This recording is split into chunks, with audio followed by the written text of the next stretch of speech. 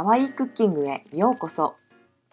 Buongiorno a tutti! Oggi vi presento una mia videoricetta per burino teriyaki, ossia ricciola alla griglia con salsa teriyaki, uno dei piatti tipici della cucina casalinga giapponese. Gli ingredienti sono questi: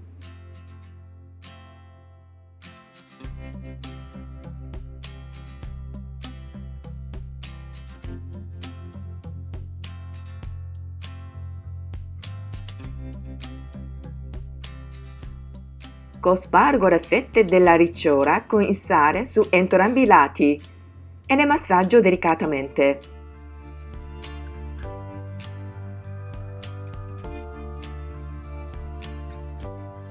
Poi le lascio per 10 minuti in frigo. Nel frattempo preparo daikon oroshi, cioè daikon grattugiato. Prima di tutto lo sbuccio, poi lo grattugio. Il daikon aiuta la digestione, quindi spesso accompagna piatti del pesce o della carne. Lo metto da parte.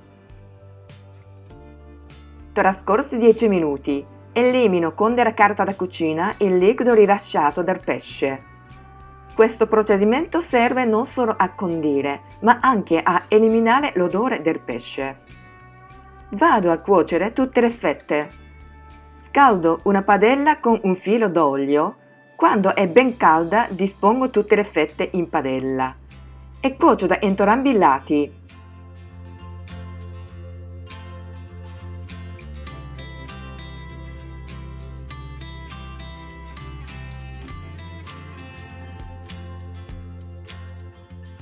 Quando la consistenza non è più morbida, spengo il fuoco e aggiungo tutti i condimenti. Poi cuocio a fuoco medio finché la salsa non diventa cremosa.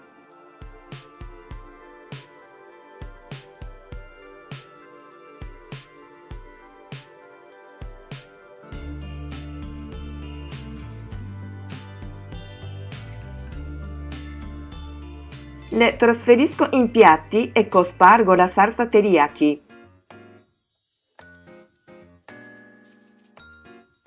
Alla fine guarnisco con un cucchiaio di daikon oroshi ben strizzato. Questo piatto va servito con una tazza di riso bianco. Provateci, buon appetito! Come sempre vi invito a iscrivervi al mio canale.